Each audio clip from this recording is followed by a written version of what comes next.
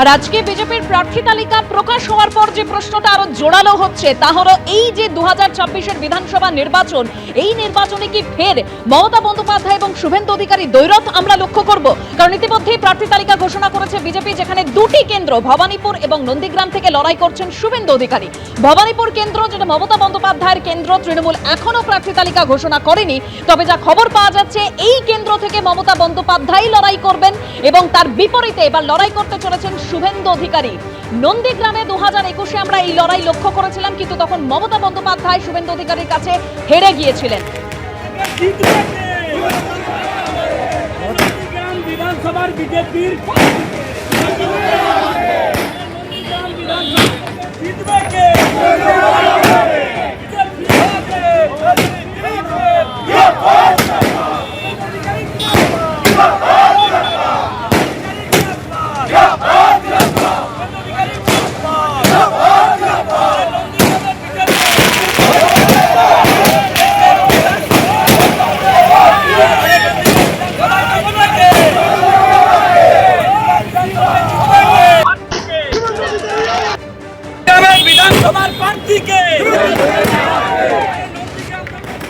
নন্দীগ্রাম থেকে প্রার্থী শুভেন্দু অধিকারীর নাম ঘোষণা করার পরে নন্দীগ্রামে উল্লাস বিজেপি কর্মী সমর্থকদের।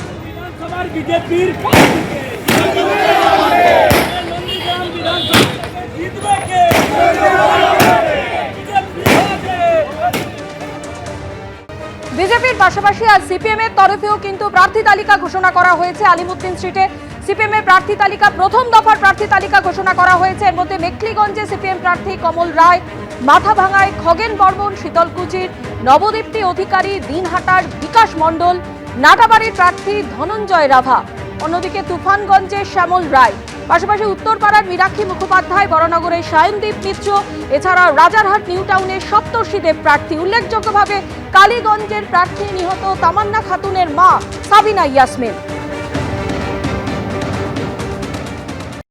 সবার প্রথমে ওনাকে আমার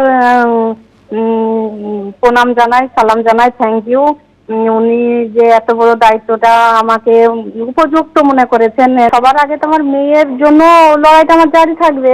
আমি এইভাবেই নিয়ে আসবো যে আমার মেয়েকে, আমার মেয়ের বিচারটা আগে, সবার আগে কিন্তু আমার মেয়ে, সবার আগে আমার মেয়ের বিচারটার জন্য আমাকে আগে লড়াইটা করতে হবে।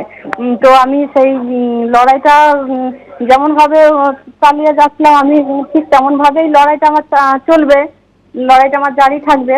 আর একটা লড়াই চালিয়ে যাচ্ছি, এতেও আমি ভেঙে পড়িনি। আমি একটা সুখ্যাত হতভাগী মা, তবু আমি কোনোদিন ভেঙে পড়িনি।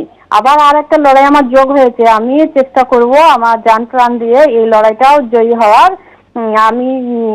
আমি চাই মানুষের জন্য কাজ করতে, মানুষের পাশে দাঁড়াতে, মানুষের পাশে দাঁড়িয়ে মানুষের জন্য কাজ করতে।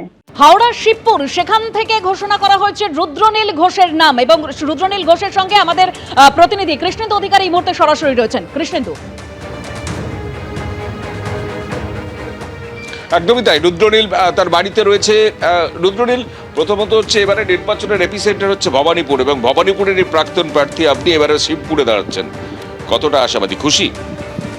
ঘরের ছেলে ঘরে যদি ফিরে যায়, মানে এর থেকে তো আনন্দের কিছু হয় না। আর এটা বোধহয় কোনো একটা জায়গায় বাড়তি আর একটা অক্সিজেন সিলিন্ডার আমার কাছে, যে এবার দেখা হবে তারা আমার কেউ ভোটার নয়, তারা প্রত্যেকেই আমার কেউ কাকু, কেউ জেঠু, কেউ দিদি, কেউ পিসি, কেউ মাসি, সো আর কেউ বন্ধু। তো ফলত যেখানে বেড়ে ওঠা, যেখানে খেলাধুলো, যেখানে কলেজে পড়াশোনা, যেখানে ছাত্র রাজনীতি শেখা, যেখানে থিয়েটার শেখা, সেই মাটিটায় ফিরে যাওয়া, এটা অন্য বাড়তি অক্সিজেন তো দিচ্ছে। আর আমি যেখানের ভোটার, এখন আমার ভোটার কার্ড আমি আজ অবধিও ওই হাওড়া শিবপুর কেন্দ্র থেকে আজ অবধিও পাল্টায়নি। তো ফলত যে টান আমার ওই মাটিতে ছিল, সেখানে আমায় প্রার্থী হওয়ার সুযোগ দেওয়ার জন্য আমার রাজ্য এবং কেন্দ্রীয় নেতৃত্বকে ধন্যবাদ। কিন্তু যে কেন্দ্রে আপনি প্রার্থী হচ্ছেন, সেই কেন্দ্র বরাবরই হচ্ছে কখনো কংগ্রেস, কখনো তৃণমূল, তারপর ধারাবাহিকভাবে যতুল লাহিড়ী ছিলেন, তারপর এখন মনোজ তিওয়ারি, সেখানে কতটা আশাবাদী? অনেক বেশি মাত্রায় আশাবাদী। তার কারণ হচ্ছে যে মানুষ পরিসংখ্যানের সঙ্গে নিজেও মিলিয়ে দেখে নিয়েছেন সব হিসেব, যে বাঁচতে গেলে কি করতে হবে। কার্যত দেখুন, তৃণমূল এই কয়েক বছরের মধ্যে যা করেছে তা নতুন করে বলবার নেই। শুধু এইটুকু বলতে পারি যে হাওড়া কর্পোরেশনকে দুর্নীতির আখড়া বানাবার জন্য নির্বাচন বন্ধ করেছে, অচল করে 500 বছরের পুরনো শহর হাওড়াকে কার্যত ডাস্টবিনে পরিণত করে দিয়েছে তৃণমূল। জাস্ট তাদের উদ্দেশ্য ছিল হচ্ছে অসততা এবং লুট। মানুষ জলে ভাসছে, ড্রেনের দুর্গন্ধ, বিভিন্ন জায়গা থেকে তোলাবাজি। কাউন্সিলরদের কাজ হয়েই গেছিল কার্যত, যে তাদের কাজই হচ্ছে পরিষ্কার পুকুর ভরাট করো, জমি বেচে দাও, বাড়ি করো। মানুষের দুঃখ দুর্দশা কী রয়েছে সেই দিকে তাদের দেখবার কোনো সময়ও নেই। তাদের এমএলএ এবং কাউন্সিলরদের কাজ ছিল এটা। এখান থেকে নিষ্কৃতি পেতে চাইছেন হাওড়ার মানুষ এবং ভারতীয় জনতা পার্টির কার্যকর্তারা যেভাবে কাজ করেছে। তো ফলত সেই ক্ষেত্রে তাদের উপর একটা বাড়তি ভরসা তো তৈরি হয়েছে। আর তার সঙ্গে শিবপুরের ছেলে শিবপুরে, এটা তো অন্য জিতবেন আপনি? অবশ্যই অবশ্যই।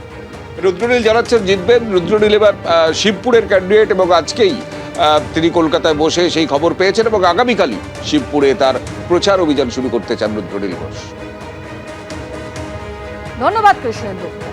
বরানগর থেকে প্রার্থী ঘোষণা করা হয়েছে সজল ঘোষের নাম। সজল ঘোষ বরানগরে আগে উপনির্বাচনে তিনি লড়াই করেছিলেন, কিন্তু তিনি হেরে গিয়েছিলেন সেই সময়। সায়ন্তিকা বন্দ্যোপাধ্যায় তৃণমূলের, তিনি সেই সময় বিধায়ক হন। তবে এবারের বিধানসভা নির্বাচনে বরানগর থেকে প্রার্থী করা হলো ফের সজল ঘোষকে। দলের কাছে কৃতজ্ঞ যে দল আমাকে প্রার্থী করেছে, দ্বিতীয়বার সুযোগ দিয়েছে এবং নিজের জীবনটাকে বাজি রেখে বলতে পারবো যে ওখান থেকে বিজেপিকে জেতাবো, তৃণমূলকে হারাবো, এতে কোনো ভুল নেই। বরানগর কেন্দ্রে আমরা জানি যে প্রায় 2,18,000-এরও বেশি ভোটার রয়েছেন বা কাছাকাছি ভোটার রয়েছেন। তো এর আগে যখন আপনি প্রতিদ্বন্দ্বিতা করেছিলেন প্রায় 8,000-এর কিছু বেশি ভোটে আপনি পরাজিত হয়েছিলেন উপনির্বাচনে। তো এইবার কি আপনি এক্সপেক্ট করছেন? 20,000-এর নিচে জিতলে সেটাকে প্রত্যাশিত নয় মনে করব। যদি 20,000-এর নিচে জিতি তাহলে সেটাকে প্রত্যাশিত নয় মনে করব। কমপক্ষে 20,000 ভোটে জিতব। আমি জিতবো না, দল জিতবে। 20,000 মার্জিনে ভারতীয় জনতা পার্টি জিতবে তৃণমূলকে হারিয়ে, তৃণমূল এবং জোটসঙ্গী সিপিএমকে হারিয়ে। আমি শুনেছি সিপিএম আবারও খুঁজে খুঁজে যাতে তৃণমূলকে জেতানো যায় এমন প্রার্থী আবার দিয়েছে। ঠিক এখানেই আপনার কাছে প্রশ্ন, কিছুক্ষণ আগে বামফ্রন্টের তরফ থেকেও প্রেস কনফারেন্স করে সিপিআইএম প্রার্থী সায়নদীপ মিত্র তিনি বরানগরে তিনি দাঁড়াচ্ছেন, সেটা ঘোষণা করা হয়েছে। আমি সায়নদীপকেও অভিনন্দন জানাচ্ছি। আশা করি বন্ধুত্বপূর্ণ প্রতিদ্বন্দ্বিতা হবে, মানুষের রায় শিরোধার্য করা হবে। কিন্তু আমি কাউকে ব্যক্তিকে লক্ষ্য করে নয়, দলকে লক্ষ্য করে বলতে পারি আসলে সিপিএমের লক্ষ্য হচ্ছে তৃণমূলকে জিততে সহযোগিতা করা।